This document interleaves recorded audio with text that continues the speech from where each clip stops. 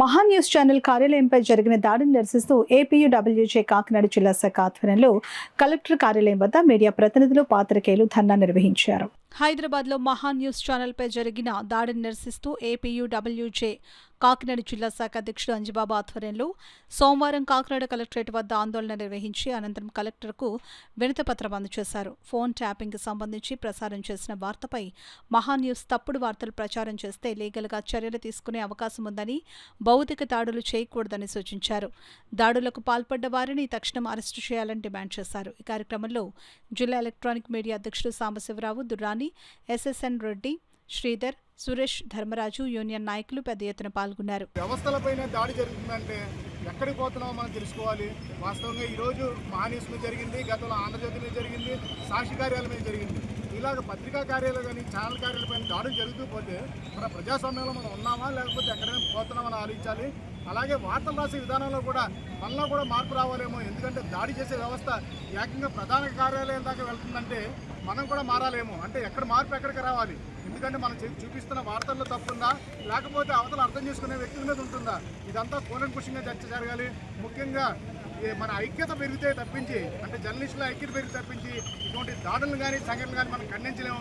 జర్నలిస్టుల ఐక్యత పెరగాలని కోరుకుంటూ ఈ భవిష్యత్తులో ఇటువంటి దాడులు జరిగితే మాత్రం సహించేది లేదంటూ ఏపీడబ్ల్యూ తరఫున హెచ్చరిస్తున్నాం.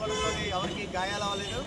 అంటే ఇటువంటి మీడియాపై దాడులు చేయడం అనేది ప్రజాస్వామ్య వ్యవస్థలో కరెక్ట్ కాదు. ఏదైనా ఉంటే ఖండన వార్త ఇచ్చి మళ్ళీ ప్లే చేయించుకోవాలి తప్ప ఇలాగా భౌతిక దాడులు దిగడం అనేది కరెక్ట్ కాదు. తక్షణం ఈ దాడి చేసిన వ్యక్తులను పార్టీలకు అతీతంగా ప్రభుత్వం ఆలోచించి వెంటనే వాళ్ళని అరెస్ట్ చేయాలని చెప్పి డిమాండ్ చేస్తాం.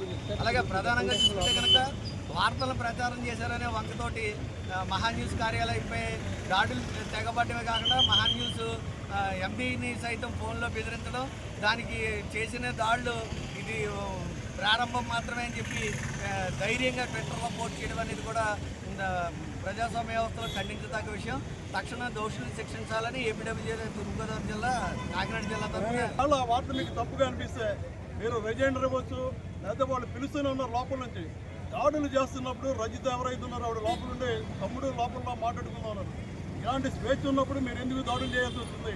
ఇలా దాడులు చేస్తే సహించేది లేదు. అది ఏ సంస్థను కాదు, మీడియాకి సంబంధించి ఎవరి మీద దాడి చేసినా ప్రతి దాడులు చేయాల్సి వస్తుందని ఏపీయూడబ్ల్యూజే కాకినాడ జిల్లా ఎలక్ట్రానిక్ మీడియా యాజమాన్యం చెప్తున్నారు. రిపోర్టర్లు ఎవరు చేతులు కట్టు కూర్చోలేదు. మీరు దాడి చేసి అందుకు రెట్టింపు దాడి చేసే శక్తి, సామర్థ్యం, సంఖ్య మాలో ఉంది. దయచేసి జరిగిన దాడికి బేషరతుగా క్షమాపణ చెప్పండి. మీడియాలో తప్పుడు వార్తలు వస్తే మా మీద కేసులు పెట్టుకోండి, లేదంటే రిజైండర్లు అవ్వండి. మీరు ఏదైనా చేసే అధికారం ఉంది, దాడులు చేసే అధికారం లేదని చెప్తూ 12 ఏళ్ల పాటు మేము ఉద్యమం చేస్తాం, రక్తం చుట్టూ కానివ్వడం చేస్తున్న టీఆర్ఎస్ ఈరోజు సులుగోడలో చెప్తూ జర్నలిస్టుల ఐక్యత మరోసారి